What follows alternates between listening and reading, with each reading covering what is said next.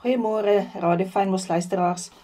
Op die maandagoggend wil ek jou bemoedig dat jy meer na jouself kyk en gees hoe jy lyk, as wat jy sommer net in die spieël na jouself kyk. Nou toe Johannes die Doper gesê het, dat hy wie na hom kom, julle sal doop met die Heilige Gees en met vuur, besef ons baie minder van wat die vuur is, werklik in ons lewe. En as die woord sê, soos in die hemel, so op die aarde, dan begin ons bietjie meer verstaan van hierdie vuur. En dan gesels ek met jou oor die 7 vuurvakkels, God se Gees, wat ook op Jesus gerus het, maar wat ook op ons rus, en wat ons help. En weer sê ek, ons bid nie tot die 7 geeste self nie, ons bid tot God, maar God sal vir ons gee op wat nuttig is.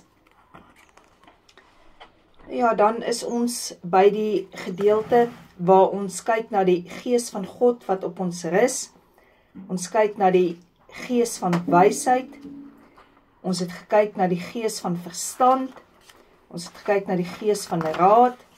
En vandag kyk ons na die Gees van krag.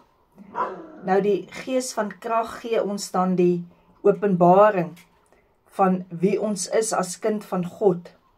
Nou geestelike oorlogvoering word nie in ons krag of ons kennis meer gedoen nie, maar in God se krag, en ook hoe ons dan sit saam met Jesus, waar ons tot alles in staat is, deur hom wat ons die krag gee om in hemelse plekke te sit. In Lukas 22 vers 69 sê, van nou af sal die Seun van die mens sit aan die regterhand van die krag van God. En die 1 Korintiërs 1:18, want die woord van die kruis is dwaasheid vir die wat verlore gaan, maar vir ons wat gered word, is dit die krag van God.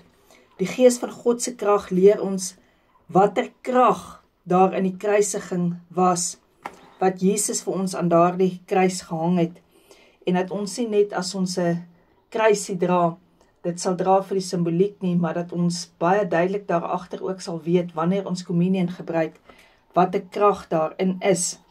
So in die naam van Jesus loof ons U Vader God, vir die Gees van krag, wat ons leer, om teen die vyand se magte en aanslag te kan staan, en dan die Gees van kennis, leer ons om kennis te ontvang, en hoe om dit aan te wend. En Daniël 5 vers 12 sê, daar was 'n voortreffelike gees, en kennis en verstand, in Daniël om drome uit te lê. En dan het hy so vir Belsasar dit gesê, dit is hoekom hy dit kan doen. So baie keer wil ons kom by 'n plek en ons wil goed verstaan hoe God met ons praat, maar ons verstaan dit nie. En as ons vanoggend net rustig raak en om net loof en prys vir die so grootheid, dat sy 7 geeste op ons rus, dan sal ons hierdie week ingaan met 'n ander tred in ons spore, in ons geheue, in ons dade en in dit wat ons sê. Jesus, baie dankie vir U wat aan die regterhand van Vader God sit. En Here, dankie dat ons weet vanoggend daar is 7 geeste in die hemel wat ook op ons rus. Here, dat U kyk wat ons nodig het en U dit vir ons gee. En Jesus, wat ons vandag in die bloed nodig het om te kan vergewe en ook om U vergifnis te kan vat. Dankie daarvoor. Dankie dat U ons nie alleen los nie, maar dat deur U wonde daar vir ons genesing kom. Amen.